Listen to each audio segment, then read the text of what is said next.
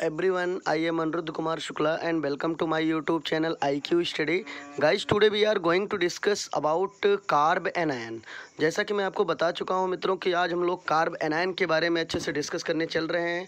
तो जैसे कि पिछला वीडियो मैंने बनाया है, पिछले लेक्चर में मैंने कार्ब एनायन से रिलेटेड बहुत सारे इम्पॉर्टेंट रूल और उनके बारे में जो भी फीचर्स हैं मैंने उनको भी कुछ न कुछ बताया, लेकिन कुछ बहुत इम्पॉर्टेंट फीचर्स हैं फॉर कार्ब एनायन के लिए और बहुत सारी कंडीशन मैंने लेक्चर फर्स्ट में कार्ब एनायन के बारे में आपको बताया। तो आज हम लोग डिस्कस करने चल रहे हैं। सबसे पहले डिस्कस करेंगे फीचर ऑफ कार्ब एनायन। जैसा कि आपको दिख रहा है तो फीचर ऑफ कार्ब एनायन को हम कहते हैं कैरेक्टरिस्टिक्स ऑफ कार्ब एनायन। तो कार्ब एनायन जैसे कि मैं बता चुका हूँ, carb anion means carb means carbon, anion means negative charge. तो those organic compound, those organic ion which have negative charge on carbon atom, then this is called carb anion। तो guys ये आपको अच्छे से समझ में आया होगा। तो पिछले वीडियो में जैसे कि पिछले लेक्चर में मैं आपको अच्छे से बताया, तो आज हम लोग जो टॉपिक डिस्कस करेंगे it is very important for class, जो बच्चे क्लास 12th में हैं उनके लिए बहुत इंपॉर्टेंट है, जो बच्चे आईआईटी और नीट की प्रिपरेशन कर रहे हैं उनके लिए बहुत इंपॉर्टेंट है। तो ये आप लोगों के लिए बहुत इंपॉर्टेंट है। और क्लास 10th लेवल में तो आप बोलिए 11th एंड 12th लेवल में बहुत इंपॉर्टेंट टॉपिक है ऑर्गेनिक केमिस्ट्री से रिलेटेड। तो अब हम डिस्कस करते हैं, जैसे कि मैं बताया कि features of कार्बो anion. Feature of carb anion को कहते हैं characteristics of carb anion. Carb anion की कुछ कैरेक्टरिस्टिक्स हमको बहुत केयर करना है और वो चीज़ें हमको आपको केयर करना है। तो कार्ब एनायन में मैं बेसिक बताना चाह रहा हूँ। कार्ब मीन्स जैसे कार्बन और anion means negative charge. Those organic ion which have negative charge on the carbon atom, then this is called carb anion. ठीक है, तो चलिए हम लोग कुछ इसका फीचर्स देख लेते हैं, कार्ब एनायन का फीचर्स क्या है। ठीक है, तो चलिए देखते हैं। अब जैसे कि आप देख रहे हैं पहला फीचर में पहला रूल क्या है, दे आर आयंस। पहली बात तो जो कार्ब एनायन होते हैं वो आयन होते हैं। अब मैंने पिछले वीडियो में या पिछले बहुत सारे लेक्चर में आपको आयन के बारे में बताया। जैसे बेसिक कोई आपसे क्वेश्चन पुटअप कर ले कि what do you mean by ion, then you can say about ion, an electrically charge on an atom are called ion। an electrically charge on an atom are called ion। किसी भी atom के ऊपर जो electrically charge आता है this is called ion, उसे हम कहते हैं आयन।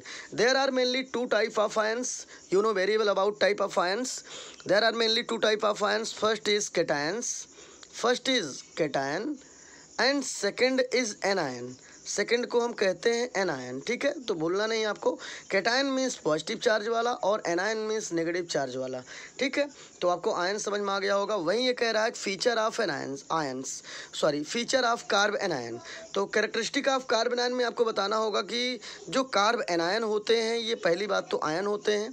आयन मीन्स इनके ऊपर कुछ न कुछ चार्ज है, चाहे आयन का मतलब चाहे प्लस का चार्ज हो या माइनस का हो। तो जो कार्ब एनायन है, तो कार्ब एनायन में एनायन मीन्स नेगेटिव चार्ज।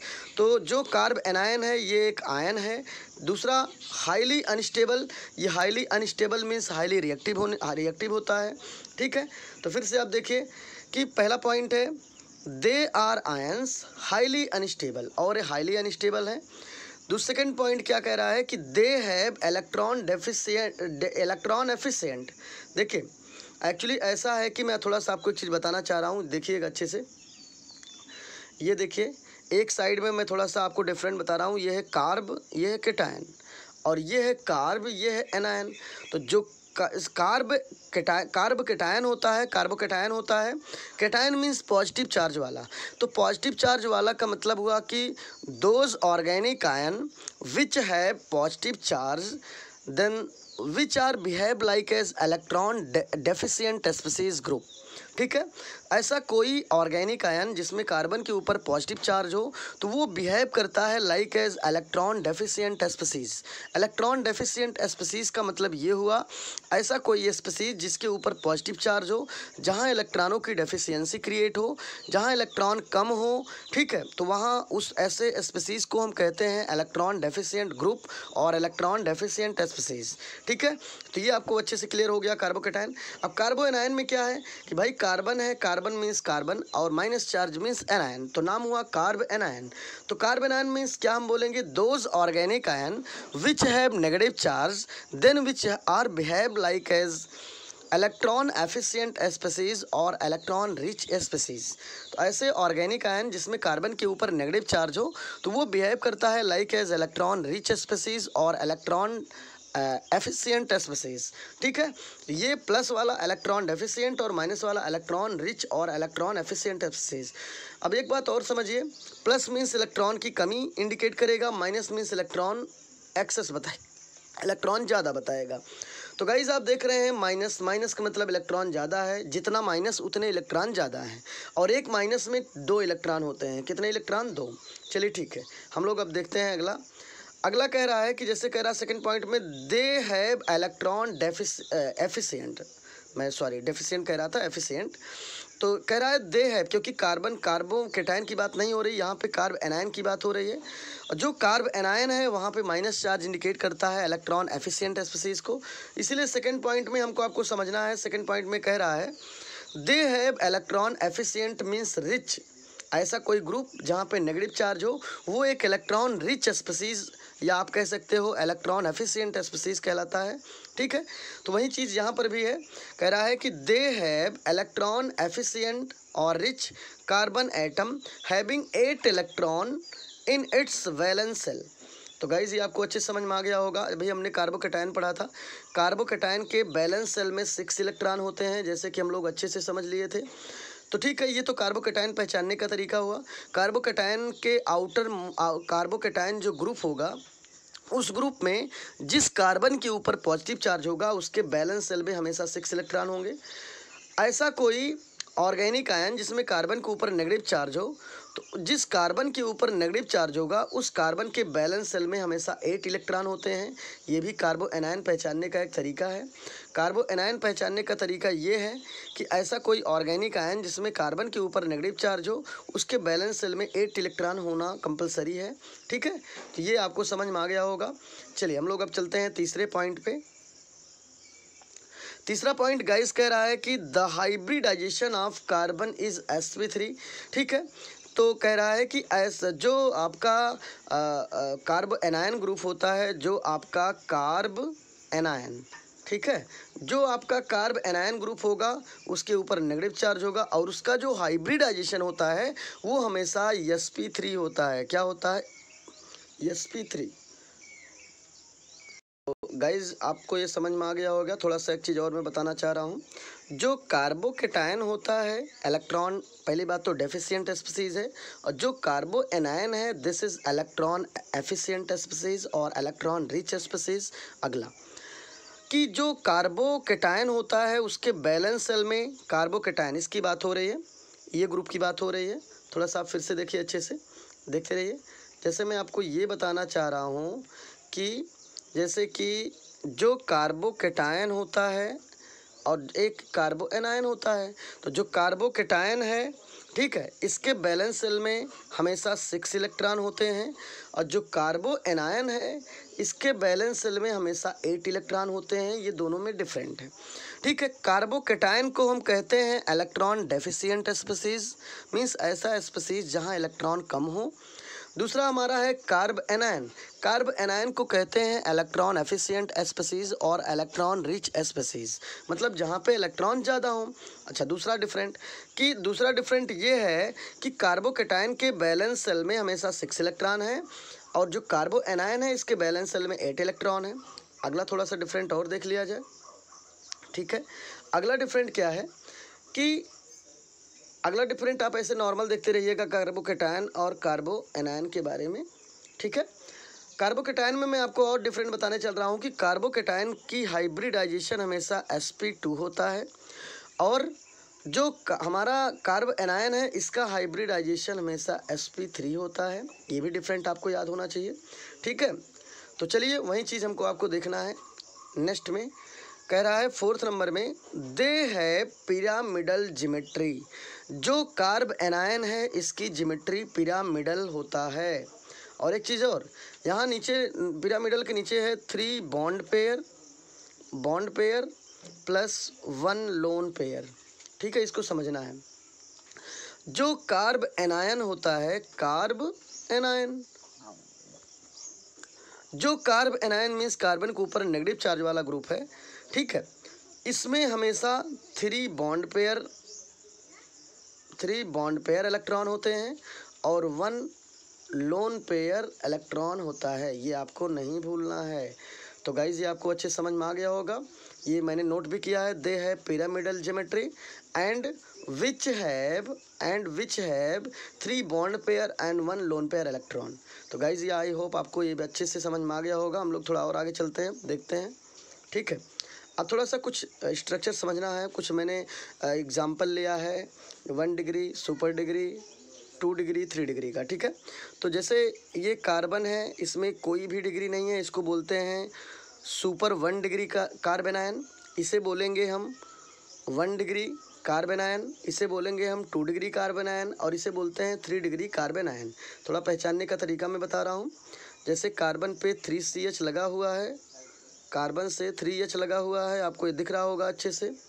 ठीक है, और कार्बन पे 1 माइनस का चार्ज है। तो पहले बात इलेक्ट्रॉन चेक कर लो कितने हैं, देखिएगा 1 2 3 4 5 6 इधर हुआ और एक माइनस में 2 इलेक्ट्रॉन इधर।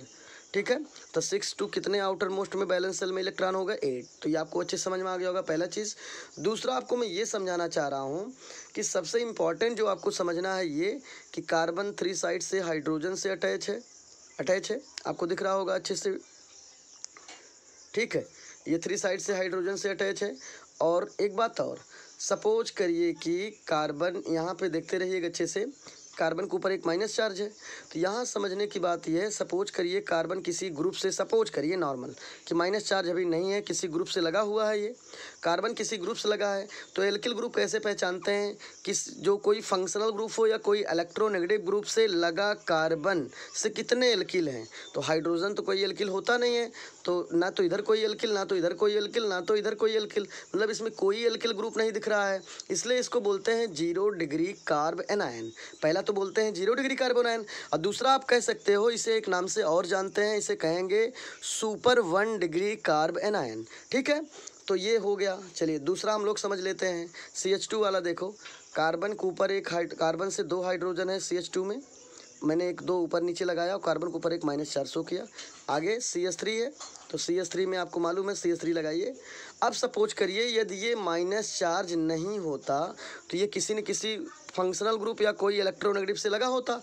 तो रूल क्या है, किसी फंक्शनल ग्रुप या किसी इलेक्ट्रोनेगेटिव ग्रुप से लगा कार्बन को अंडरलाइन करो और चेक करो उससे कितने एल्किल ग्रुप लगे हैं। भाई ये तो एल्किल है नहीं, ये भी एल्किल नहीं, लेकिन ये एल्किल है। तो यहाँ पे कितना एल्किल हुआ, 1 एल्किल, तो इसलिए इसको कहेंगे 1 डिग्री कार्बन आयन। तो ये भी समझ में आ गया होगा आपको। चलिए हम लोग दूसरा देखते हैं। ऐसे सपोज करिए यहाँ कार्बन पे माइनस चार्ज दिख रहा है, तो ये किसी ग्रुप से लगा है। सपोज करिए जो ग्रुप है कोई फंक्शनल ग्रुप या कोई इलेक्ट्रोनेगेटिव ग्रुप है, तो इससे एल्किल कितने हुए, एक एल्किल इधर, एक एल्किल इधर, 2 एल्किल, और हाइड्रोजन तो कोई एल्किल है नहीं, इसलिए इसका नाम होगा 2 एल्किल। तो 2 degree carbon ion, minus charge है तो कार्बन आयन। तो ऐसे 3 डिग्री में भी है। भाई यहाँ पे सपोज करो कोई ग्रुप लगा है, वो कोई इलेक्ट्रोनेगेटिव ग्रुप हो या कोई फंक्शनल ग्रुप हो, तो इससे लगा कार्बन अंडरलाइन करो, कितने एल्किल है, 1 एल्किल, 2 एल्किल, 3 एल्किल। तो 3 एल्किल तो 3 डिग्री कार्बन आयन इसको कहा जाएगा। ठीक है, तो गाइज आई होप आपको ये अच्छे समझ में आ गया होगा। ठीक है, और जो एल्किल ग्रुप होते हैं ये इलेक्ट्रॉन डोनेटिंग नेचर के होते हैं। जितने एल्किल हैं ये सभी एल्किल इलेक्ट्रॉन डोनेटिंग नेचर के होते हैं। ठीक है, तो ये स्टेबिलिटी ऑर्डर आप इसका देख लीजिए। इसका जो स्टेबिलिटी ऑर्डर है वो कार्बोकैटायंस का अपोजिट होता है। कार्बोकैटायन में हाईली स्टेबल ये होता है, लेकिन जब हम कार्बो एनायन की बात करते हैं तो हाईली स्टेबल आपका सुपर 1 डिग्री होगा, उससे कम स्टेबल होगा आपका 1 डिग्री, उससे भी कम स्टेबल होगा 2 डिग्री, और सबसे कम स्टेबल होता है 3 डिग्री कार्बन आयन। तो गाइज आई होप आपको ये अच्छे से क्लियर हो गया होगा। और ये स्टेबिलिटी ऑर्डर भी है इसका, आप देख रहे हैं जैसे कि यही इसका स्टेबिलिटी ऑर्डर है। ठीक है, कार्बन आयन का। तो ये आपको अच्छे से क्लियर हो गया होगा। तो चलिए आगे हम लोग देखते हैं। और एक चीज़ और आपको मैं पढ़ा चुका हूँ अच्छे से कि किसी भी कार्ब एनायन की यदि स्टेबिलिटी बहुत ज़्यादा है तो उसका चार्ज बहुत कम होता है। ठीक है, चलिए आप लोग एक थोड़ा सा इसमें भी देख लिया जाए। मैं ऐसे नॉर्मल आपको समझा दे रहा हूँ। जैसे सपोज करिए 3 डिग्री का था, ये 2 डिग्री है, 1 डिग्री है, ये सुपर 1 डिग्री है। ठीक है, तो सबसे हाईली स्टेबल ये है।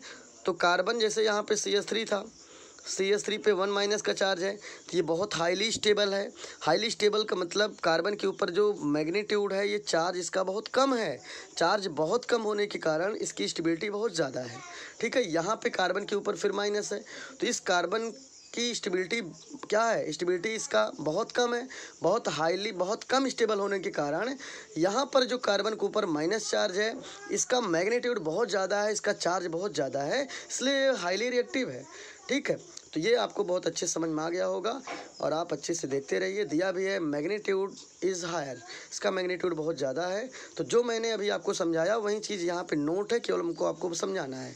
नोट में मैंने नोट किया है here, capital R is alkyl group which is electron donating in nature, then the negative is negative charge है, यहाँ पे आप सही कर लीजिए, then the negative charge is higher, तो नेगेटिव चार्ज उसका बहुत हाई होगा ऑन कार्ब एनायन का। फिर से देखिए एक बार, जिससे अच्छे से समझ में आ जाए।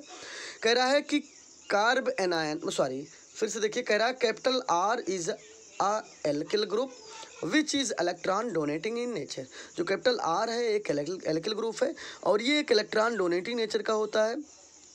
तो इस प्रकार से then the negative is higher on carb anion, मतलब जो नेगेटिव चार्ज है वो कार्ब एनायन का हायर होता है। Then magnitude of charge carb anion is higher, so the stability will be decrease of 3 degree, then 2 degree, 1 degree and super 1 degree. ठीक है, वही जो अभी मैं आपको समझाया कि सुपर 1 डिग्री जो है, जैसे CH3 है, CH3 आपका सुपर 1 डिग्री है, तो इसकी स्टेबिलिटी हाई होगी कंपेरिजन देन 1 डिग्री। इससे भी कम स्टेबल होगा 2 डिग्री और सबसे कम स्टेबल होगा 3 डिग्री कार्ब एनायन। तो ठीक है, अब देखिए सबसे हाईली स्टेबल यदि कार आपका ये है, हाईली स्टेबल ये है, तो भाई हाईली स्टेबल का मतलब रिएक्टिव बहुत कम होगा। ठीक है, कम रिएक्टिव होगा। दूसरे नंबर पे ये है, तो सुपर 1 डिग्री की कंपैरिजन में 1 डिग्री ज़्यादा रिएक्टिव होगा, 2 डिग्री उससे भी ज़्यादा होगा, 3 डिग्री उससे भी ज़्यादा होगा और सबसे लीस्ट स्टेबल होगा 3 डिग्री। ठीक है, वही चीज़ समझाया गया। तो यहाँ पे थोड़ा सा एक फार्मूला भी आप देख लीजिए। फार्मूला है, जो मैग्नीट्यूड चार्ज होता है वो स्टेबिलिटी का इन्वर्सली प्रोपोर्शनल होता है। इसका मतलब किसी भी कार्ब एनायन का मैग्नीट्यूड अगर बढ़ रहा है तो उसकी स्टेबिलिटी डिक्रीज करेगी, यदि स्टेबिलिटी इंक्रीज कर रही है तो उसका मैग्नीट्यूड चार्ज डिक्रीज करेगा। तो गाइज ये आपको फार्मूला अच्छे समझ में आ गया होगा, इसको आप अच्छे से नोट कर लीजिएगा। ठीक है, चलिए हम आगे चलते हैं। अब हम देखते हैं यूज ऑफ रेजोनेंस इफेक्ट। ठीक है, अब हम अगला टॉपिक डिस्कस करेंगे यूज ऑफ रेजोनेंस इफेक्ट। किसका यूज रेजोनेंस इफेक्ट का देखना है? कार्ब एनायन का। कार्बो एनायन का हमें रेजोनेंस इफेक्ट का यूज देखना है कि कार्ब एनायन की कंडीशन में जो रेजोनेंस हम दिखाएंगे उसमें किसकी स्टेबिलिटी ज़्यादा होगी, किसकी कम होगी। उससे पहले मैं आपको कुछ समझाना चाह रहा हूँ। अभी हम लोग जब कार्बोकैटायन के बारे में अच्छे से डिस्कस कर रहे थे तो मैंने बताया था कि जब रेजोनेटिंग की बात आती है तो उसमें हम लोग देखते हैं कि चार्ज का डिस्ट्रीब्यूशन ऑफ चार्ज किसी भी ऑर्गेनिक कंपाउंड का जितना ज़्यादा होगा उसका रेजोनेंस उतना, जैसे कि बात समझिए यहाँ पे मैं ये बताना चाह रहा हूँ, चाहे कंडीशन कार्बोकैटायन की हो चाहे कंडीशन कार्बो एनायन की हो, दोनों कंडीशन की बात आपको की जा रही है।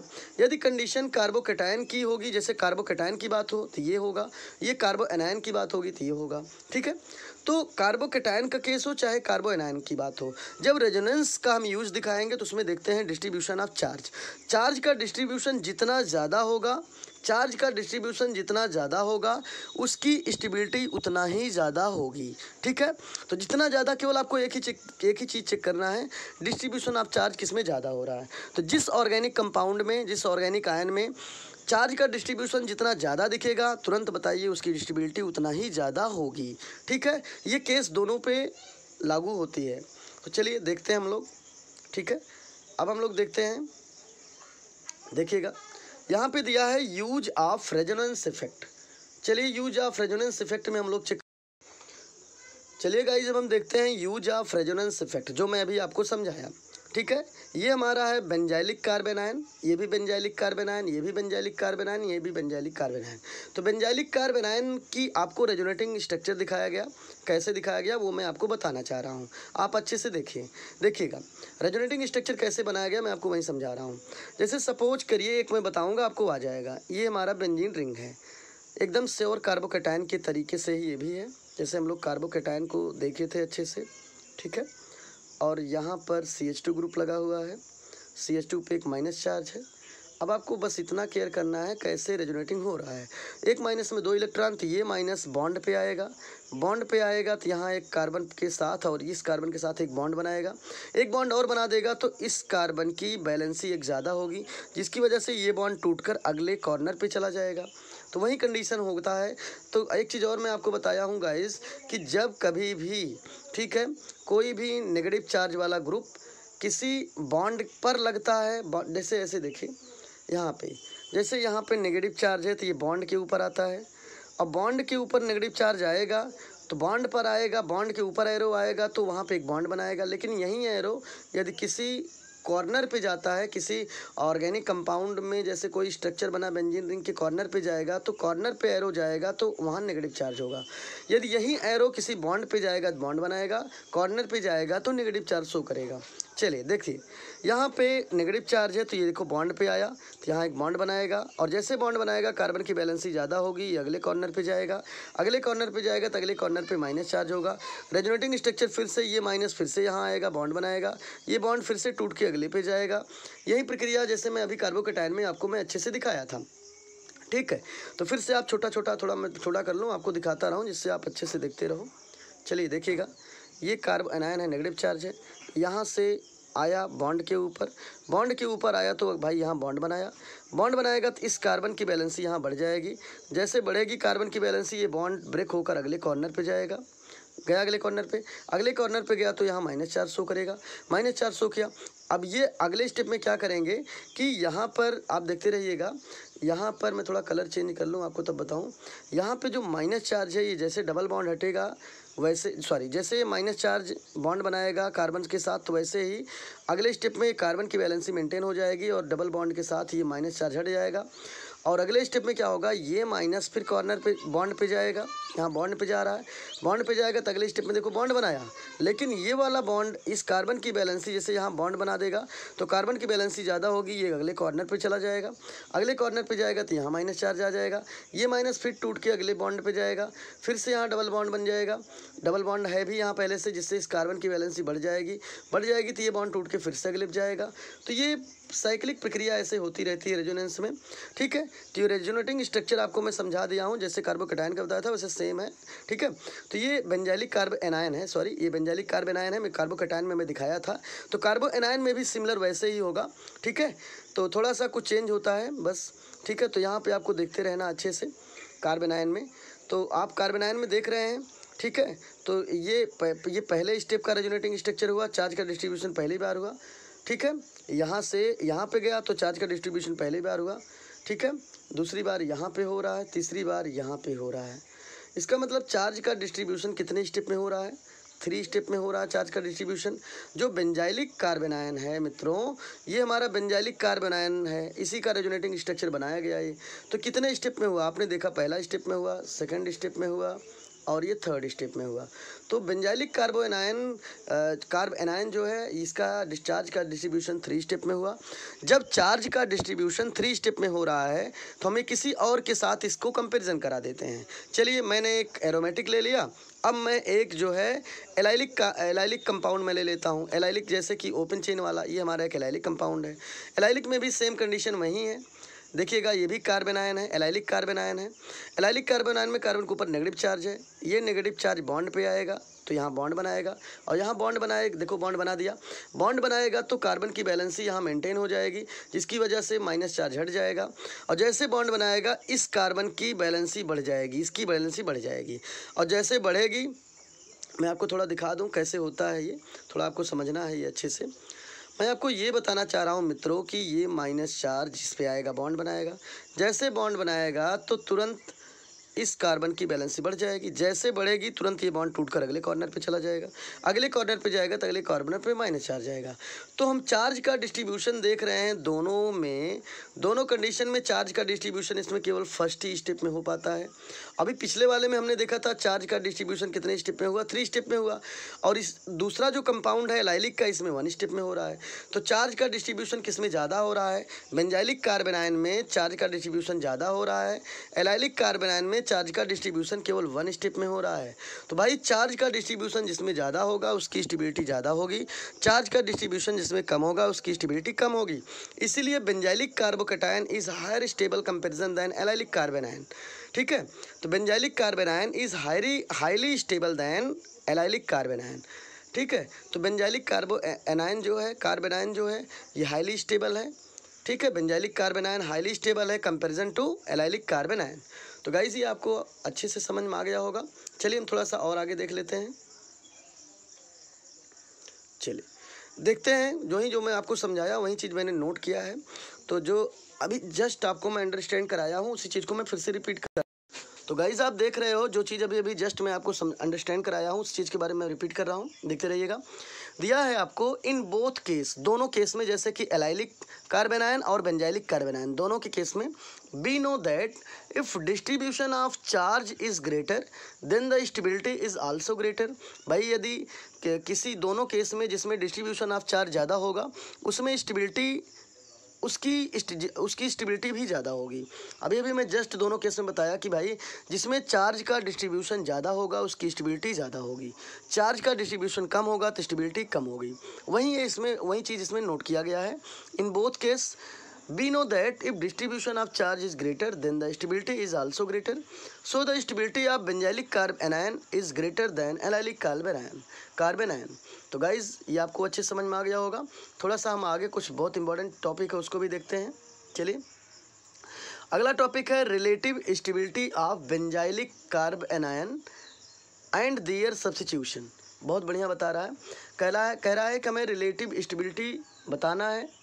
रिलेटिव स्टेबिलिटी किसके बारे में बताना है, देखिएगा। कह रहा है कि रिलेटिव स्टेबिलिटी बताना है बेंजाइलिक कार्ब एनायन की। ठीक है, साथ में उसके कुछ और भी जो कंपाउंड उससे बने हैं उनसे भी उसको कंपैरिजन कराना है। चलिए हम लोग अब कंपैरिजन करते हैं और देखते हैं कैसे देखेंगे। आप लोग भी देखते रहिए अच्छे से भाई।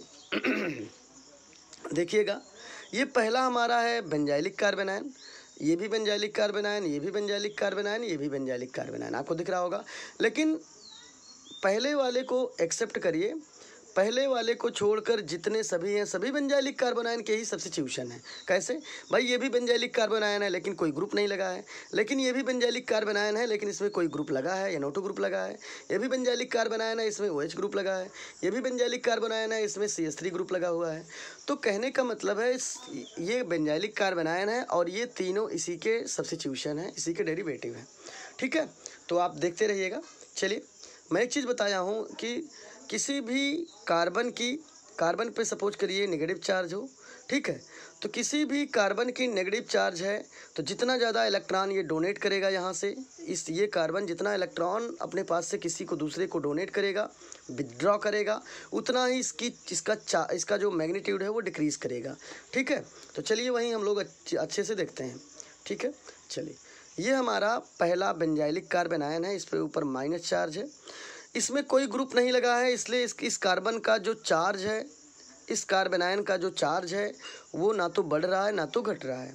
अब हम चलते हैं दूसरे वाले में, चेक करते हैं दूसरे वाले में क्या कुछ ऐसा हो रहा है कि नहीं हो रहा, उसको हम लोग देखते हैं अच्छे से। चलिए देखिए भाई, देखिएगा ये हमारा बेंजाइलिक कार्बन आयन है, इसमें एक NO2 ग्रुप लगा है। मैंने आपको कई बार पढ़ाया है कि NO2 group is electron withdrawing group. Electron withdraw का मतलब इलेक्ट्रॉन एक्सेप्टिंग ग्रुप, इलेक्ट्रॉन को एक्सेप्ट करने वाला ग्रुप है। तो ठीक है, ये हमारा जो एनायन ग्रुप है ये अपने पास से इलेक्ट्रॉन डोनेट करेगा, विदड्रॉ करेगा।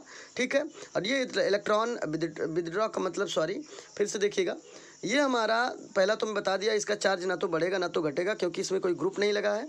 लेकिन दूसरे वाले में NO2 ग्रुप लगा है। NO2 group is also called electron withdrawing group, मतलब electron accepting group. Electron donate कौन करता है भाई, ये कार्बन आयन डोनेट करेगा। देखो एरो भी दिख रहा है आपको ऐसे। ठीक है, दिख रहा है कि नहीं दिख रहा, आपको अच्छे से दिख रहा होगा। तो मैं ये बताना चाह रहा हूँ मित्रों कि जैसे कि मैं अभी आपको बताया कि ये इलेक्ट्रॉन डोनेट करेगा और ये इलेक्ट्रॉन विदड्रॉ करेगा। NO2 is electron withdrawing group. तो दिमाग लगाइए, जब ये इलेक्ट्रॉन विदड्रॉ करेगा, इलेक्ट्रॉन को गेन करेगा, तो ये कार्ब एनायन का जो चार्ज है, ये कार्ब एनायन का जो चार्ज है ये डिक्रीज करेगा। और भाई जब इसका मैग्नीट्यूड डिक्रीज करेगा तो इसकी स्टेबिलिटी बढ़ना शुरू हो जाएगी। स्टेबिलिटी क्या होगी? बढ़ेगी। चलिए ठीक है, हम लोग दूसरे वाले में चेक कर लेते हैं। ठीक है, दूसरे वाले में चेक करेंगे। दूसरा वाला जैसे देखते हैं, ये भी हमारा जो ग्रुप दिख रहा है ये कार्ब एनायन ग्रुप है। ठीक है, और इसका बेंजाइलिक कार्बन आयन है। बेंजाइलिक कार्बन आयन में OH ग्रुप है जो कि इलेक्ट्रॉन डोनेटिंग नेचर का है। दूसरा वाला भी बेंजाइलिक कार्बन आयन है, इसमें भी CH3 है, ये भी एक इलेक्ट्रॉन डोनेटिंग नेचर का है। अब देखते हैं कि दोनों इलेक्ट्रॉन डोनेटिंग नेचर के हैं, तो दोनों में कौन ज़्यादा इलेक्ट्रॉन डोनेट कर रहा है, कौन कम इलेक्ट्रॉन डोनेट कर रहा है। ठीक है, अब भाई आपको एक चीज़ सबसे ज़्यादा ये मालूम है, OH में ऑक्सीजन ग्रुप लगा है जिसके पास 2 एक्सेस लोन पेयर हैं। ऑक्सीजन के पास यहाँ पे 2 एक्सेस लोन पेयर हैं, है ना। तो सबसे ज़्यादा एक्सेस लोन पेयर हैं किसके पास? ऑक्सीजन के पास। और एक इलेक्ट्रॉन डोनेटिंग नेचर होने के कारण यहाँ पर हाइड्रोक्सिल ग्रुप में जो कंडीशन वर्क करता है, यहाँ पर मैं बताना रहा हूँ प्लस रेजोनेटिंग, यहाँ पे प्लस R इफेक्ट वर्क करता है। ठीक है, तो यहाँ पे आपको ये बहुत इंपॉर्टेंट है समझना, प्लस R इफेक्ट वर्क कर रहा है। ठीक है, और दूसरे में CH3 ग्रुप होने के कारण यहाँ पर हाइपर कंजुगेशन वर्क करता है, क्योंकि यहाँ पे हाइड्रोजन निकलता है, हाइड्रोजन ग्रुप अटैच है, हाइड्रोजन यहाँ पे निकलेगा। तो ऐसे कंडीशन में अगर हाइड्रोजन निकलता है तो हाइपर कंजुगेशन वर्क करेगा, क्योंकि इलेक्ट्रॉन डोनेशन के कंडीशन में। ठीक है, तो मैं ये बताना चाह रहा हूँ मित्रों, बार बार आपको बस एक ही चीज़ इंपॉर्टेंट आपको बताना चाह रहा हूँ, भाई हाइड्रोजन निकलेगा तो श्योर सी बात है, हाइड्रोजन अगर निकल रहा है, ठीक है, तो इलेक्ट्रॉन यहाँ पे आपको यही समझना है कि मेन कंडीशन जानिए पहले। हाइड्रोक्सिल ग्रुप होने के कारण प्लस R इफेक्ट वर्क करेगा, CH3 ग्रुप होने के कारण यहाँ पर हाइपर कंजुगेशन वर्क करेगा। ठीक है, दूसरी चीज़, ऑक्सीजन के पास यहाँ एक्सेस लोन पेयर हैं, 2 लोन पेयर हैं, लेकिन यहाँ CH3 के पास एक भी लोन पेयर नहीं है। ठीक है, ये अपने इलेक्ट्रॉन जो ग्रुप लगा उसको रिमूव करके इलेक्ट्रॉन डोनेट करेगा। तो कंडीशन में कौन ज़्यादा इलेक्ट्रॉन डोनेट कर सकता है भाई? तो ऑक्सीजन के पास यहाँ एक्सेस लोन पेयर है जिसकी वजह से इलेक्ट्रॉन ज़्यादा डोनेट कर सकता है कंपेरिजन देन CH3। तो चलिए देखते हैं कौन ज़्यादा CH3 को न्यूट्रलाइज करेगा। ठीक है गाइस, चलिए देखते हैं हम लोग अच्छे से। चलिए, तो गाइस आपको थोड़ा सा यहाँ पे टेक्निकल प्रॉब्लम होने के कारण मैं फिर से आता हूँ टॉपिक पे, आप लोग देखते रहिएगा। मैं ये बता रहा था अभी कि आपने देखा अच्छे से, यहाँ पर मैं बताया कि हाइड्रोक्सिल ग्रुप में प्लस R इफेक्ट वर्क करता है और CH3 ग्रुप में हाइपर कंजुगेशन वर्क करता है। और हाइड्रोक्सिल ग्रुप भी इलेक्ट्रॉन डोनेटिंग नेचर का, ये भी इलेक्ट्रॉन। लेकिन ऑक्सीजन के पास आपको मालूम है OH ग्रुप में 2 हमारे पास लोन पेयर हैं और ये 2 लोन पेयर में 4 इलेक्ट्रॉन हैं, लेकिन CH3 ग्रुप में कोई लोन पेयर नहीं है। इसलिए ज़्यादा इलेक्ट्रॉन का डोनेशन कौन कर सकता है? हाइड्रोक्सिल ग्रुप कर सकता है, क्योंकि 2 लोन पेयर हैं, तो ज़्यादा इलेक्ट्रॉन डोनेट कौन करेगा? OH group. ठीक है, कंपेरिजन देन CH3। ठीक है गाइस, तो आप देखिएगा, तो यहाँ पे सबसे ज़्यादा इलेक्ट्रॉन डोनेट कौन कर सकता है? हाइड्रोक्सिल डोनेट कर सकता है। किसको करेगा? CH3 को करेगा। ठीक है, सॉरी CH2 को करेगा। फिर से देखिएगा, ये बेंजाइलिक कार्बन आयन है, तो बेंजाइलिक कार्बन आयन को सबसे ज़्यादा इलेक्ट्रॉन डोनेट करेगा hydroxyl group, because hydroxyl group में पहला कंडीशन है प्लस R इफेक्ट वर्क कर रहा है। दूसरा है कि ऑक्सीजन के पास, OH में जो ऑक्सीजन है उसके पास 2 लोन पेयर हैं। ठीक है, 2 एक्सेस लोन पेयर हैं, जिसकी वजह से इलेक्ट्रॉन का डोनेशन ज़्यादा होगा। और ठीक है, दूसरा कंडीशन प्लस R इफेक्ट भी वर्क कर रहा है यहाँ पे। तो मैं ये बताना चाह रहा हूँ कि सबसे ज़्यादा इलेक्ट्रॉन डोनेट कौन करेगा दोनों कंडीशन में? OH ग्रुप करेगा। तो OH ग्रुप करेगा किसको? ये करेगा बेंजाइलिक कार्बन आयन को। ठीक है, तो OH ग्रुप का इलेक्ट्रॉन का डोनेशन सबसे ज़्यादा होगा, जिसकी वजह से इलेक्ट्रॉन डोनेट ज़्यादा करेगा। तो भाई इलेक्ट्रॉन डोनेट ज़्यादा करेगा, तो ये जो आपका CH3 ग्रुप दिख रहा है, CH2 ग्रुप, मिस्टेक हो रहा है बार बार, रियली सॉरी इसके लिए, ये CH2 ग्रुप है। CH2 ग्रुप के पास, जैसे कि मैं बताना चाह रहा हूँ मित्रों, फिर से देखिएगा, OH ग्रुप में लोन पेयर होने के कारण, दूसरा प्लस R इफेक्ट वर्क करने के कारण इलेक्ट्रॉन का डोनेशन सबसे ज़्यादा होगा। सबसे ज़्यादा होगा तो यहाँ पर जो हमारा बेंजाइलिक कार्बन आयन है, बेंजाइलिक कार्बन आयन में जो कार्बन के ऊपर नेगेटिव चार्ज है, यहाँ पर इसकी मैग्नीट्यूड बढ़ता जाएगा। क्यों बढ़ेगा भाई? इलेक्ट्रॉन ज़्यादा पाएगा तो मैग्नीट्यूड बढ़ता जाएगा। आपको मालूम होना चाहिए भाई, अभी 1 माइनस है, एक इलेक्ट्रॉन यहाँ से और जाएगा तो इसका माइनस 2 माइनस हो जाएगा, तो माइनस बढ़ता जाएगा। तो इसका मतलब माइनस बढ़ रहा है तो मैग्नीट्यूड बढ़ रहा है, चार्ज बढ़ रहा है, चार्ज बढ़ रहा है तो रिएक्टिविटी बढ़ रही है। ठीक है, स्टेबिलिटी कम हो रही है। तो समझिएगा अच्छे से, क्योंकि चार्ज बढ़ेगा तो रिएक्टिविटी बढ़ेगी, लेकिन स्टेबिलिटी डिक्रीज करेगी, because magnitude means charge, magnitude is inversely proportional to stability. अगर इसका हाइड्रोक्सिल ग्रुप में लोन पेयर ज़्यादा है और प्लस आर इफेक्ट वर्क कर रहा है, जिसकी वजह से इलेक्ट्रॉन डोनेट ज़्यादा करेगा तो भाई चार्ज भी बढ़ता जाएगा, चार्ज ज़्यादा बढ़ेगा। कंपेरिजन देन इस वाले से जो आपको दूसरा दिख रहा है बेंजाइलिक कार्बो एनायन, और इसमें जो CH3 लगा है, इसमें ज़्यादा लोन पेयर, एक भी लोन पेयर तो है नहीं, जिसकी वजह से ये इलेक्ट्रॉन कम डोनेट करेगा, जिसकी वजह से चार्ज बढ़ेगा इसका। यहाँ पे देखिएगा चार्ज इसका बढ़ेगा, लेकिन कंपेरिजन देन ये जो जिसमें हाइड्रोक्सिल ग्रुप लगा है, इस कार्ब एनायन के कंपैरिजन में इसका चार्ज कम बढ़ेगा, इसका चार्ज ज़्यादा बढ़ेगा। मैं बार बार समझाया क्यों, क्योंकि हाइड्रोक्सिल ग्रुप में 2 लोन पेयर हैं और प्लस आर इफेक्ट वर्क कर रहा है, जिसकी वजह से इलेक्ट्रॉन ज़्यादा डोनेट करेगा, ज़्यादा करेगा। भाई CH2 में जो माइनस है, इसका CH2 ग्रुप आप कह सकते हो इतना पूरा ग्रुप, जैसे फिर से आप देख लीजिए, इतना ये बेंजाइलिक कार्बन आयन की मैग्नीट्यूड बढ़ता जाएगा, बेंजाइलिक कार्बन आयन का मैग्नीट्यूड बढ़ता जाएगा। मैग्नीट्यूड में चार्ज बहुत ज़्यादा बढ़ जाएगा कंपैरिजन देन दूसरे वाले से जिसमें CH3 ग्रुप लगा है। अब यहाँ अंडरस्टैंड करने की बात ये है, ये भी इलेक्ट्रॉन डोनेटिंग, ये भी इलेक्ट्रॉन डोनेटिंग, ठीक है। इसमें हाइपर कॉन्जुगेशन वर्क करता है, इसमें प्रसार इफेक्ट वर्क करता है, जिसकी वजह से, और एक कंडीशन और है भाई, OH ग्रुप होने के कारण, OH ग्रुप होने के कारण 2 लोन पेयर है, जिसकी वजह से इलेक्ट्रॉन डोनेट ज़्यादा करेगा तो चार्ज ज़्यादा बढ़ेगा। यहाँ पर हाइपर कॉन्जुगेशन वर्क करेगा, इलेक्ट्रॉन कम डोनेट करेगा, जिसकी वजह से चार्ज कम बढ़ेगा। तो सब पूरे में देख लिया जाए, अब देखा जाए चारों में सबसे ज़्यादा चार्ज इस कार्बन आयन की है, उसके बाद इस कार्बन आयन की है, उसके बाद आप देखते रहिएगा, उसके बाद इस कार्बन आयन की है, और सबसे कम चार्ज इस कार्बन आयन की है। ठीक है, तो सबसे कम चार्ज किसका है? जिसमें नाइट्रो ग्रुप लगा है। क्यों? क्योंकि ये इलेक्ट्रॉन डोनेट करेगा, CH2 ग्रुप इलेक्ट्रॉन डोनेट करेगा, जिसकी वजह से, और ये इलेक्ट्रॉन विथड्रॉविंग ग्रुप है, तो ये इलेक्ट्रॉन डोनेट करेगा, जिसकी वजह से इसका चार्ज डिक्रीज करेगा, तो स्टेबिलिटी इंक्रीज करेगी। ठीक है, तो गाइज आपको समझ में आ गया होगा, सबसे हाईली रिएक्टिव आपका ये होगा क्योंकि इसका चार्ज ज़्यादा है। दूसरे नंबर पर रिएक्टिव ये होगा क्योंकि इसका चार्ज पहले कंपेरिजन में ज़्यादा है।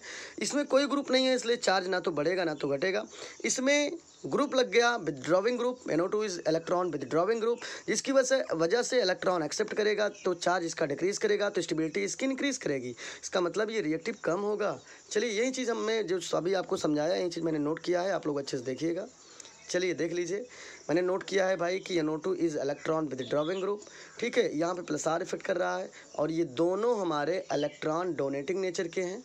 ठीक है, तो और एक चीज़ और मैंने बताया कि यहाँ प्लस आर इफेक्ट वर्क कर रहा है, यहाँ पे देखिएगा नीचे नोट भी है, आपको दिख रहा होगा, यहाँ हाइपर कॉन्जुगेशन वर्क कर रहा है। ठीक है, तो गाइज़ आपको ये समझ में आ रहा होगा। चलिए थोड़ा सा आगे चलते हैं, वही चीज़ जो मैं समझाया हूँ वही चीज़ मैं नोट किया हूँ। In case of sp hybridization negative charge greater electron will be withdraw, मतलब क्या कह रहा है, इसकी बात समझिए। कह रहा है कि जहाँ पर NO2 ग्रुप है, ये एक इलेक्ट्रॉन विथड्रॉविंग ग्रुप है। ठीक है, इलेक्ट्रॉन विथड्रॉविंग ग्रुप है। आगे एक चीज़ और कह रहा है in case of sp hybridization के केस में जो नेगेटिव चार्ज होता है, इलेक्ट्रॉन विल विथड्रॉ, वह इलेक्ट्रॉन विथड्रॉ करेगा। But in case of sp2, लेकिन sp2 हाइब्रिडाइजेशन के केस में negative charge less electron will withdraw. अच्छा, इसका मतलब समझ लीजिए भाई थोड़ा सा। देखिए, मैं एक चीज़ समझाया था आपको सबसे इम्पॉर्टेंट, कि स्टेबिलिटी ऑर्डर एक दिन में आपको बताया था sp का किसका ज़्यादा होता है, फिर sp2 का क्या होगा, फिर sp3 का क्या होगा। ठीक है, देखिएगा, पहले तो मैं रिएक्टिविटी बताना चाह रहा हूँ। सबसे हाईली रिएक्टिव हमारा होगा sp3, उसके बाद sp2, सबसे कम कौन होगा? sp। कंडीशन आती है स्टेबिलिटी की, स्टेबिलिटी उल्टा होता है। पहले मैं नोट कर ले रहा हूँ sp, फिर sp2, फिर sp3। ठीक है, अब स्टेबल की बात की जाए तो सबसे हाईली स्टेबल हमारा sp होगा, फिर sp2 होगा, सबसे कम स्टेबल कौन होगा? sp3, ठीक है। तो ये कंडीशन आपको ध्यान देना है। चलिए थोड़ा सा यही चीज़ हम लोग आगे देखते हैं, ठीक है। गाइज एक चीज़ मैं बताना चाह रहा हूँ बहुत इंपॉर्टेंट, कि कह रहा है कि in case of sp hybridization के केस में negative charge greater electron will be withdraw. मतलब sp हाइब्रिडाइजेशन के केस में नेगेटिव चार्ज वाला इलेक्ट्रॉन को सबसे ज़्यादा विदड्रॉ कर सकता है। आगे कह रहा है कि जो केस अगर sp2 की बात की जाए, sp2 हाइब्रिडाइजेशन के केस में नेगेटिव चार्ज वाला उस sp की कंपैरिजन में कम इलेक्ट्रॉन विदड्रॉ करेगा, ठीक है। और क्या कह रहा है, कंपैरिजन टू sp, यही चीज़ हम लोग देख लेते हैं। चलिए देखते हैं। हमने खूब अच्छे से डिस्कस किया है कि कार्बन में यदि डबल बॉन्ड होगा तो sp2 हाइब्रिडाइजेशन होगा, ठीक है। और यदि कार्बन में आपको मालूम होगा कार्बन कार्बन के बीच में ट्रिपल बॉन्ड हो तो हाइब्रिडाइजेशन होता है sp, ठीक है। अब कंडीशन क्या कह रहा है वो समझिए। कह रहा है कि यदि कंडीशन आपसे कर लिया जाए, जैसे कि कार्बन कार्बन में आपको दिख रहा होगा, मैं यहाँ दिखा रहा हूँ एग्जाम्पल में, देखो ये भी कार्बन आयन है, ये भी कार्बन आयन है। अंतर बस ये है कि कार्बन कार्बन के बीच में यहाँ डबल बॉन्ड है, ठीक है, और यहाँ कार्बन कार्बन के बीच में ट्रिपल बॉन्ड है, बस ये अंतर है। आपको मालूम है जब कार्बन कार्बन के बीच में डबल बॉन्ड होता है तो हाइब्रिडाइजेशन sp2 होता है, और ट्रिपल बॉन्ड होता है तो हाइब्रिडाइजेशन sp होता है। अब कह रहा है कि sp2 और sp के केस में इलेक्ट्रॉन विदड्रॉ कौन ज़्यादा करेगा कौन कम करेगा, यही चीज़ हमको आपको समझना है, ठीक है। तो क्या कह रहा है वो समझिए। अभी अभी हमने देखा, ठीक है, कि कह रहा है कि देखिएगा क्या कह रहा है, नीचे देखिएगा, कह रहा greater electron withdraw in case of sp की केस में इलेक्ट्रॉन की विदड्रॉविंग की कंडीशन सबसे ज़्यादा होगी, ठीक है। इलेक्ट्रॉन की विदड्रॉ करने की क्या करा कि so greater electron withdraw in case of sp के केस में इलेक्ट्रॉन विदड्रॉ ज़्यादा करेगा। कैसे ज़्यादा करेगा ये मैं समझाना चाह रहा हूँ, आप अच्छे से देखिए भाई। ये कार्बन है, थोड़ा मैं समझा दूँ आपको, थोड़ा बनाऊँ बड़े में तब समझ में आएगा भाई। चलिए ठीक है, थोड़ा बड़े में देख लिया जाए। आप देखिए ये कार्बन है, बीच में डबल बॉन्ड है और यहाँ पे हाइड्रोजन लगा है, यहाँ पर H है, ऊपर माइनस चार्ज है। चलिए कुछ चीज़ें और भी देखिए अच्छे से, ठीक है, देखिएगा। अब मैं आपको बताना चाह रहा हूँ, इस कार्बन पे माइनस चार्ज है, ठीक है, कार्बन पे माइनस चार्ज है। तो भाई हमको मालूम है कि ये जब कभी भी मैं ब्रेकिंग कराऊंगा तो ये माइनस चार्ज वाला पहले क्या करेगा, माइनस में से इलेक्ट्रॉन कहाँ ज़्यादा है, इधर ज़्यादा है कार्बन पे, किस कार्बन पे ज़्यादा है भाई, इस कार्बन पे इलेक्ट्रॉन ज़्यादा है, कम नहीं है। तो ये काम क्या होता है कि इलेक्ट्रॉन, और यही हमारा कार्ब एनायन ग्रुप भी है, तो कार्ब एनायन ग्रुप है तो कार्ब एनायन ग्रुप है और एक एल्किल ग्रुप भी है, तो इलेक्ट्रॉन डोनेटिंग नेचर का है। तो यह इसमें कंडीशन क्या होती है कि ये जो हमारा, मैं ये बताना चाह रहा हूँ, यहाँ समझते रहिएगा। जैसे यही केस मैंने उठाया है भाई, इस केस में मैं बता रहा हूँ यहाँ पे भी sp2, यहाँ पे भी, क्योंकि कार्बन कार्बन पे डबल बॉन्ड है तो sp2 हाइब्रिडाइजेशन होगा। अंतर यह है कि इस कार्बन पे माइनस चार्ज है तो ये इलेक्ट्रॉन डोनेट करेगा। और कितना स्टेप में कर सकता है इलेक्ट्रॉन डोनेट भाई, आपको दिख रहा है अच्छे से। सबसे बड़ी बात कि यहाँ डबल बॉन्ड है तो एक तो माइनस चार्ज है, एक तो माइनस वाला इलेक्ट्रॉन ये डोनेट करेगा इस कार्बन को पहला, ठीक है, देखिएगा पहला तो यहाँ पे जो माइनस चार्ज है ये माइनस वाला इलेक्ट्रॉन डोनेट करेगा, ठीक है। दूसरा जो डबल बॉन्ड है, पाई बॉन्ड है, इसमें भी इलेक्ट्रॉन है, इसको भी ये डोनेट कर सकता है कार्बन आयन ग्रुप। तो इलेक्ट्रॉन की डोनेशन की कंडीशन कितनी बार हो रही है, 2 बार, ठीक है। चलिए इसमें देखते हैं sp2 वाले में भाई, इसमें ट्रिपल बॉन्ड है, ट्रिपल बॉन्ड अगर है तो एक पाई ऊपर है और एक पाई नीचे है। आप समझ को मालूम है, नहीं मालूम है तो मैं बता दे रहा हूँ। कार्बन कार्बन के बीच में जब ट्रिपल बॉन्ड होता है तो इसमें 2 पाई बॉन्ड होता है और एक सिग्मा बॉन्ड होता है, ठीक है। तो पाई बॉन्ड का मतलब ये इलेक्ट्रॉन का डोनेशन यहाँ होगा, यहाँ पे माइनस चार्ज है तो ये इलेक्ट्रॉन का डोनेशन पहली बार तो माइनस वाला करेगा, दूसरी बार एक बार ऊपर वाला पाई वाला करेगा, फिर एक बार नीचे वाला पाई वाला करेगा। तो इलेक्ट्रॉन का डोनेशन कितनी बार कर रहा है, 3 बार, और ये कितनी बार कर रहा है, 2 टाइम्स। एक तो माइनस वाला करेगा और एक पाई बॉन्ड वाला करेगा, तो ये 2 टाइम्स इलेक्ट्रॉन का डोनेशन कर रहा है कार्बन आयन, और ये वाला कार्बन आयन 2 बार कर रहा है। तो सॉरी, मैं एक बार बताना चाह रहा हूँ, देखिएगा अच्छे से। यहाँ पर कह रहा हूँ कि कार्बन पे माइनस चार्ज है, जिसकी वजह से एक तो माइनस के कारण इलेक्ट्रॉन डोनेट करेगा, दूसरा यहाँ पे पाई बॉन्ड है, एक तो पाई बॉन्ड का डोनेशन करेगा। तो यहाँ पर इलेक्ट्रॉन का डोनेशन 2 स्टेप में हो रहा है। यहाँ पर क्या है, यहाँ पर भी कार्बन के ऊपर माइनस चार्ज है, एक तो माइनस चार्ज के कारण करेगा और इसमें 2 पाई बॉन्ड है, तो भाई इलेक्ट्रॉन का डोनेशन 2 टाइम्स किया, और तो टोटल यहाँ पे 3 टाइम्स इलेक्ट्रॉन का डोनेशन हुआ, यहाँ पे 2 टाइम्स हुआ। तो जो जितना ज़्यादा इलेक्ट्रॉन डोनेट करेगा उसकी स्टेबिलिटी उतना ही कम होगी। ठीक है। अच्छा, एक चीज़ और देखिएगा यहाँ पे कह रहा है कि greater electron withdraw in case of SP इसी में एसपी का केस ये है, ये sp2 केस है। तो सबसे ज़्यादा कार्ब एनायन ये है, ये इलेक्ट्रॉन विदड्रॉ सबसे ज़्यादा कर रहा है, सबसे ज़्यादा इलेक्ट्रॉन देगा तो इसका चार्ज कम होता जाएगा, चार्ज कम होता जाएगा तो इसकी स्टेबिलिटी बढ़ेगी, और इसकी स्टेबिलिटी क्या होगी भाई, यहाँ माइनस चार्ज है तो भी इलेक्ट्रॉन तो डोनेट कर रहा है, लेकिन 2 स्टेप में किया और ये 3 स्टेप में किया।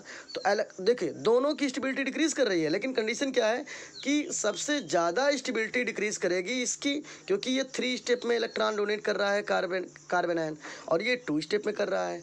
तो दोनों ही इलेक्ट्रॉन विदड्रॉ कंडीशन में दोनों हैं। ठीक है। कह रहा greater electron withdraw in case of SP के केस में इलेक्ट्रॉन विदड्रॉ ज़्यादा होगा, इलेक्ट्रॉन कार्बन आयन ज़्यादा निकाल सकता है, ज़्यादा निकालेगा भाई तो चार्ज ज़्यादा डिक्रीज करेगा। इसमें 3 टाइम्स निकालेगा तो चार्ज 3 टाइम डिक्रीज करेगा, इसमें 2 टाइम निकालेगा चार्ज 2 टाइम डिक्रीज करेगा इसका, और इसका चार्ज 3 टाइम डिक्रीज करेगा। तो चार्ज डिक्रीज ज़्यादा किस में कर रहा है, इसमें कर रहा है, इसमें थोड़ा कम कर रहा है उसके कंपेरिजन में। ठीक है। तो जितना ज़्यादा चार्ज डिक्रीज करेगा उतना स्टेबिलिटी उसकी क्या होगी, बढ़ेगी। सॉरी, चार्ज डिक्रीज ज़्यादा करेगा तो स्टेबिलिटी, आप यहाँ समझिएगा, कंडीशन यही समझना है आपको। मैं आपको बार बार कह रहा हूँ कि भाई चार्ज ज़्यादा विदड्रॉ कौन कर रहा है, तो चार्ज ज़्यादा विदड्रॉ इसमें हो रहा है। कैसे हो रहा है, एक तो माइनस की कंडीशन में हो रहा है। ठीक है। दूसरा 2 पाई बॉन्ड है तो 2 बार पाई बॉन्ड की कंडीशन में करेगा, तो 3 टाइम्स चार्ज का विदड्रॉविंग इसमें होगा, और चार्ज का जो कार्बन आयन ग्रुप है, चार्ज का डोनेशन ये कितनी बार कर रहा है, दूसरे को कर रहा है, कितनी बार कर रहा है आपको दिख रहा होगा, चार्ज का डोनेशन ये कर रहा है 2 स्टेप में करेगा, एक पाई बॉन्ड और एक माइनस के कारण। तो यहाँ पे ये समझिएगा कि चार्ज ज़्यादा विदड्रॉ कौन कर रहा है भाई, विदड्रॉविंग की कंडीशन किस में हो रही ज़्यादा भाई, एसपी में ज़्यादा हो रहा है, एसपी में ये कार्बन ज़्यादा इलेक्ट्रॉन गेन कर रहा है। ठीक है। तो ज़्यादा कर रहा है तो इलेक्ट्रॉन विदड्रॉ ज़्यादा कर रहा है, ज़्यादा विदड्रॉ करेगा तो इसकी स्टेबिलिटी क्या होगी भाई, इलेक्ट्रॉन ज़्यादा विदड्रॉ करेगा। जब ज़्यादा इलेक्ट्रॉन विदड्रॉ कर रहा है दूसरे को, तो ये चार्ज जो ऊपर का आपको कार्बन के ऊपर जो माइनस चार्ज दिख रहा है, ठीक है, उसमें क्या हो रहा है, माइनस चार्ज क्या हो रहा है कि यहाँ पे डिक्रीज कर रहा है लेकिन यहाँ बढ़ रहा है। तो भाई श्योर सी बात है, यहाँ नीचे लिखा भी गया आपको दिख रहा होगा, the magnitude of carb anion, मतलब चार्ज जो है कार्बन आयन का डिक्रीज कर रहा है इन केस ऑफ sp2 के केस में चार्ज डिक्रीज कर रहा है। ठीक है। अब यहाँ पे ये समझना है, स्टेबिलिटी की बात मैं बताना चाह रहा हूँ, कौन ज़्यादा स्टेबल है। तो चलिए ठीक है, थोड़ा समझ लिया जाए अच्छे से, चलिए स्टेबिलिटी देख लिया जाए भाई। ये हमारा कितना ज़्यादा चार्ज विदड्रॉ कर रहा है दूसरे को, तो ज़्यादा चार्ज विदड्रॉ कर रहा है ये वाला कर रहा है एसपी के कंडीशन में। कैसे कर रहा है देखिए, फिर से मैं बता रहा हूँ भाई, कार्बन में ट्रिपल बॉन्ड है, माइनस चार्ज है, तो एक तो माइनस कारण कर रहा है, एक पाई ऊपर है एक पाई नीचे है, तो एक पाई इसमें करेगा इलेक्ट्रॉन विदड्रॉ, एक नीचे वाले में कर देगा। तो कितने टाइम्स कर दिया, 3 टाइम्स। चार्ज ज़्यादा विदड्रॉ कर रहा है, 3 टाइम्स कर रहा है, तो ज़्यादा चार्ज विदड्रॉ करेगा तो भाई स्टेबिलिटी क्या होगी, इसकी बहुत ज़्यादा हो जाएगी। चलिए दूसरे केस में देख लेते हैं। ठीक है। दूसरा केस हमारा ये है sp2 के केस में, sp2 वाले में देख लिया जाए भाई। आपको मालूम है कि आप देख रहे हैं यहाँ CH2 है, यहाँ डबल बॉन्ड है, यहाँ CH है, यहाँ माइनस चार्ज है। ठीक है। एक तो माइनस के कारण चार्ज ये क्या कर रहा है, बाद विदड्रॉ करेगा दूसरे को, और दूसरा एक पाई बॉन्ड के कारण ये चार्ज को विदड्रॉ करेगा। तो विदड्रॉविंग की कंडीशन कितनी बार हो रही है, यहाँ पे 2 स्टेप में हो रही है। विदड्रॉ करने की कंडीशन कितने स्टेप में हो रही है गाइस, यहाँ पे 2 स्टेप में हो रही है, और sp वाले में, पहले वाले में कितना हो रहा था, 3 स्टेप में।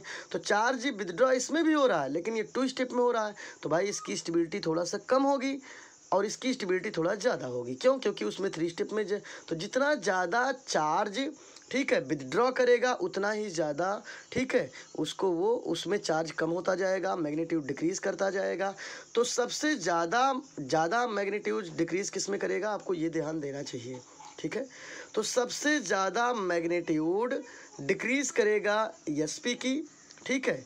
मैग्नीट्यूड डिक्रीज़ करेगा तो चार्ज डिक्रीज़ करेगा, चार्ज डिक्रीज़ करेगा तो स्टेबिलिटी इसकी बढ़ेगी।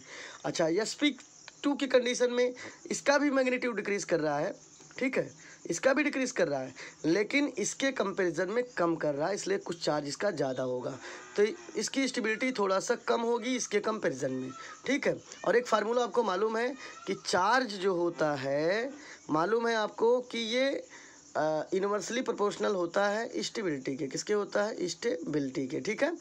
तो यहाँ ये समझना है कि भाई चार्ज इसका थोड़ा ज़्यादा है तो स्टेबिलिटी थोड़ा कम होगी, इसका चार्ज कम है तो स्टेबिलिटी इसकी ज़्यादा होगी, तो ये ज़्यादा स्टेबल है, ये कम स्टेबल है। अगर आपसे कोई क्वेश्चन कर ले कि भाई बताओ SP और SP2, थोड़ा तीनों मैं नोट करूँ तब बताऊँ आपको गाइस, चलिए देखिएगा, मैं तीनों नोट कर रहा हूँ, SP, SP2 और SP3, तीनों कंडीशन में कौन ज़्यादा रिएक्टिव होगा, तो आपका आंसर होगा SP ज़्यादा रिएक्टिव होगा, उसके बाद SP2 रिएक्टिव होगा और सबसे कम रिएक्टिव होगा SP3। तो कम रिएक्टिव होगा तो स्टेबिलिटी सबसे ज़्यादा SP3 की हो, सॉरी मैं गलत लिख दिया, लिखने में मिस्टेक कर दिया, ओके, उसके लिए रियली सॉरी, हो जाता है भाई। चलिए ठीक है, मैं फिर से नोट करके दिखा रहा हूँ, ये है SP, ये है SP2 और ये है SP3। चलिए अब समझ में आएगा। तो देखिएगा, तो चार्ज का विदड्रॉ किस में ज़्यादा हो रहा है, सबसे ज़्यादा चार्ज विदड्रॉ इसमें कर रहा है, स्टेबिलिटी इसकी बढ़ रही है, ठीक है, सबसे ज़्यादा मैग्नीट्यूड इसका डिक्रीज़ कर रहा है, इसका मैग्नीट्यूड थोड़ा इससे कम कर रहा है, और इसका मैग्नीट्यूड डिक्रीज़ एकदम नहीं करेगा, बहुत कम करेगा, करेगा लेकिन कम करेगा। तो कंडीशन समझिए आप, क्योंकि ये इलेक्ट्रॉन डोनेटिंग नेचर का होता है, ठीक है, ये इलेक्ट्रॉन डोनेटिंग नेचर का है। तो यहाँ मेन समझने की बात गाइज ये है, ये SP है, ये SP2 है और ये SP3 है। समझने की बात ये है कि सबसे हाईली रिएक्टिव हमारा SP3 होगा, क्यों, क्योंकि चार्ज का जो डिस्ट्रीब्यूशन है, ठीक है, सॉरी, चार्ज का जो विदड्रॉइंग की कंडीशन है इसमें कम है, SP2 वाले में थोड़ा ज़्यादा है, SP में सबसे ज़्यादा है, ठीक है, SP में सबसे ज़्यादा है। तो भाई जब चार्ज विदड्रॉ ज़्यादा करेगा, ये ज़्यादा विदड्रॉ करेगा तो मैग्नीट्यूड डिक्रीज़ करेगा, तो इसकी स्टेबिलिटी सबसे ज़्यादा बढ़ेगी। इसमें SP2 में क्या होगा, चार्ज का जो विदड्रॉ करने की कंडीशन है वो थोड़ा सा SP की कंपैरिजन में कम है, इसलिए इसका मैग्नीट्यूड कुछ ज़्यादा होगा कंपैरिजन देन SP, इसलिए इसका चार्ज कुछ ज़्यादा होगा, इसलिए ये थोड़ा ज़्यादा रिएक्टिव होगा कंपैरिजन टू SP। और SP3 की कंडीशन में चार्ज का जो विदड्रॉ करने की कंडीशन है बहुत कम है, इसीलिए ये हाईली रिएक्टिव होगा कंपैरिजन टू अदर बोथ, ठीक है। तो यहाँ आपको समझ में आना चाहिए, पहले मैं नोट कर रहा हूँ SP, फिर आप नोट करिए SP2, फिर है आपका SP3। तो सबसे ज़्यादा हाईली रिएक्टिव की कंडीशन अगर देखी जाए तो हाईली रिएक्टिव होगा SP3, उससे कम होगा SP2 और सबसे कम रिएक्टिव होगा SP, क्योंकि SP is more stable then other both. Okay guys, तो आपको ये अच्छे समझ में आया होगा। वैसे वीडियो बड़ा हो रहा है, लेकिन दोनों कंपेरिजन की जाएगा तो SP is more stable then SP2, ठीक है। तो चलिए, वैसे वीडियो में देख लूँ, वीडियो बहुत ज़्यादा बड़ा हो रहा है, चलिए ठीक है, थोड़ा सा मैं देख लूँ छोटा सा बड़ा है कि छोटा है, तो मैं आगे चलूँगा। चलिए ठीक है, थोड़ा सा है, बस लास्ट है, इसी को पढ़ा दिया जाए तो हम लोग चलते हैं आगे, ठीक है गाइस। चलिए ठीक है, चलिए ठीक, हम लोग देखते हैं। अब हम लोग ये देखने चल रहे हैं कि 3 कंपाउंड हमारे पास हैं। जैसे ये मैं ऑर्डर दिखाना चाह रहा हूँ, स्टेबिलिटी ऑर्डर है, ये हमारा है, देखिएगा, ये हमारा है, आपको दिख रहा है कि एरोमेटिक कंपाउंड है। एरोमेटिक क्यों हो सकता है, क्योंकि यहाँ पे माइनस चार्ज है इसलिए एरोमेटिक होगा, ये भी एरोमेटिक है माइनस चार्ज के कारण, ये भी एरोमेटिक है, ठीक है। तो अंतर क्या है कि जितना ज़्यादा चार्ज का डिस्ट्रीब्यूशन होगा उतना ज़्यादा स्टेबिलिटी बढ़ेगी। तो भाई सबसे ज़्यादा चार्ज का डिस्ट्रीब्यूशन इसमें होगा, इससे कम इसमें होगा और सबसे कम चार्ज का डिस्ट्रीब्यूशन इसमें होगा, क्योंकि जब हम रेजोनेंस अभी बनाएंगे, आपको दिमाग लगाइए, इसमें टोटल कार्बन देखिए 1 यहाँ पे मैं थोड़ा दिखा दूँ आपको, देख लीजिएगा टोटल कार्बन, इसमें कुछ स्ट्रक्चर कुछ ऐसे बना है,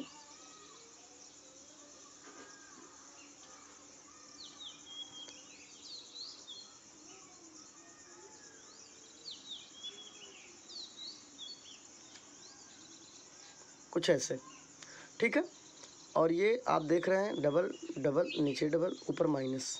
आज जब हम अभी इसमें हम गाइस रेजोनेंस की प्रक्रिया शुरू करेंगे तो ऐसे शुरू करेंगे, यहाँ पे डबल होगा तो ये टूट के इस पे जाएगा, यहाँ माइनस आएगा, यहाँ माइनस आएगा तो ये मैं इस पे ले जाऊँगा, ठीक है, यहाँ माइनस आएगा तो ये सिर्फ इस पे जाएगा, इस पे जाएगा, इस पे जाएगा तो यहाँ डबल बनेगा, ठीक है, यहाँ डबल बनेगा तो ये वाला बॉन्ड टूट के इस पे जाएगा, यहाँ माइनस आएगा तो कई स्टेप में सबसे ज़्यादा कहने का सेंस बस ये हुआ, रेजोनेटिंग की प्रक्रिया सबसे ज़्यादा इसमें होगी, उससे कम इसमें होगी, सबसे कम इसमें होगी। तो जितना ज़्यादा रेजोनेटिंग की प्रक्रिया होगी उतना ही ज़्यादा चार्ज का डिस्ट्रीब्यूशन होता है। तो रेजोनेंस अगर हम स्ट्रक्चर बनाएंगे, सबसे ज़्यादा रेजोनेटिंग स्ट्रक्चर इसमें बनेगा, उससे कम इसमें बनेगा और सबसे कम इसमें बनेगा। तो रेजोनेटिंग जो स्ट्रक्चर है जितना ज़्यादा होगा उतना ही ज़्यादा चार्ज का डिस्ट्रीब्यूशन होगा। तो सबसे ज़्यादा चार्ज का डिस्ट्रीब्यूशन इसमें होगा, उससे कम इसमें होगा, उससे कम इसमें होगा। इसीलिए अब एक चीज़ और मैं बताया हूँ आपको, क्या देखिएगा, मैं बताया हूँ जिसमें चार्ज का डिस्ट्रीब्यूशन ज़्यादा होगा उसकी स्टेबिलिटी ज़्यादा होगी, चार्ज का डिस्ट्रीब्यूशन कम होगा तो स्टेबिलिटी कम होगी। तो सबसे ज़्यादा चार्ज का डिस्ट्रीब्यूशन इसमें होगा पहले वाले में, इसलिए ये हाईली स्टेबल होगा, ये कम होगा, ये सबसे कम होगा। रिएक्टिव की बात देखी जाए यदि, तो सबसे हाईली रिएक्टिव आपका ये देखिएगा गाइस, रिएक्टिविटी की बात हो जाए तो सबसे हाईली रिएक्टिव ये होगा, उससे कम ये होगा, सबसे कम ये होगा। तो गाइस आई होप आपको ये वीडियो बहुत अच्छे से समझ में आया होगा। आगे का जो नेक्स्ट अभी बचा हुआ है कार्बो एनायन से रिलेटेड टॉपिक, वो हम लेक्चर 3 में आपको प्रोवाइड में कराऊंगा, मैं प्रोवाइड करूंगा। तो जब भी एक रिक्वेस्ट है आपसे कि जो लोग हमारे चैनल को सब्सक्राइब नहीं किए हैं, तो चैनल का नाम है IQ study by Anirudh Shukla. Anirudh, spelling गलत मत करिए, नहीं दूसरे का आ जाएगा वीडियो। अनिरुद्ध शुक्ला सर आप करेंगे तो हमारा वीडियो आ जाएगा, और बेल आइकन को प्रेस करिए जिससे हम सारी वीडियोस की नोटिफिकेशन आपको मिलती रहे। ओके गाइस, अब मैं आपसे विदा चाहता हूँ। Okay, thank you.